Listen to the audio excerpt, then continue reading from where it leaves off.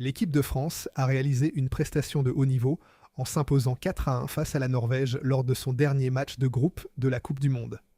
Grâce à cette victoire, les Bleus terminent en tête de leur groupe et abordent la phase à élimination directe avec beaucoup de confiance.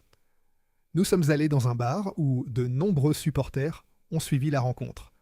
Ils reviennent sur cette belle victoire. On est avec Théo qui a regarder le match contre la Norvège. Théo, vous en avez pensé quoi? Plutôt bon match.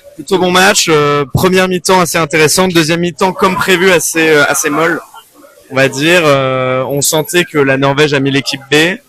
Après, moi, je suis particulièrement content parce que c'est mes petits Parisiens qui ont marqué et surtout Ousmane qui a sorti une première mi-temps dantesque et ça fait enfin peut-être un peu taire les détracteurs. Et finalement, Théo, alors on en parlait un peu plus tôt, Dembélé qui a pas forcément livré des performances exceptionnelles avec l'équipe de France. Et là, finalement, ce soir, il s'est réveillé, un triplé, c'est magnifique, quoi. Ouais, peut-être un déclic ou que ça. Je pense que l'équipe était un petit peu plus libérée, jouait un peu moins dans un carcan tactique autour de Mbappé. Et je pense que ça a glissé. Je pense que la Norvège a aussi peut-être un peu aidé, mais voilà, un très beau match.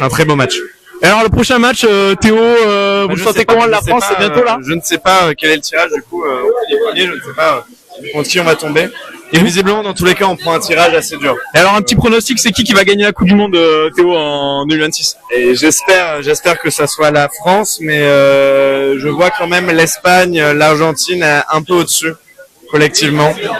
Donc à voir. Mais dans tous les cas, ce sera, je pense, entre les trois ou peut-être le Portugal à voir, mais pas trop d'autres surprises. Mais on sait jamais. Merci beaucoup, Théo. Merci beaucoup. Le grand homme de la soirée s'appelle Ousmane Dembélé. L'ailier français a inscrit un triplé en première période, faisant exploser de joie les supporters. Sa vitesse et son efficacité ont permis aux Bleus de prendre rapidement le contrôle du match.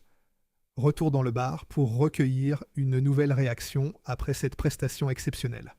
Alors, on a une équipe de France solide. Globalement, elle était là pour faire ses preuves. Donc, équipe de France très solide, qui a quand même assez géré en deuxième mi-temps. Mais clairement, l'attaque de la France, on sait qu'elle est archi forte. Elle fait des miracles en première mi-temps. Et derrière, vraiment de la gestion.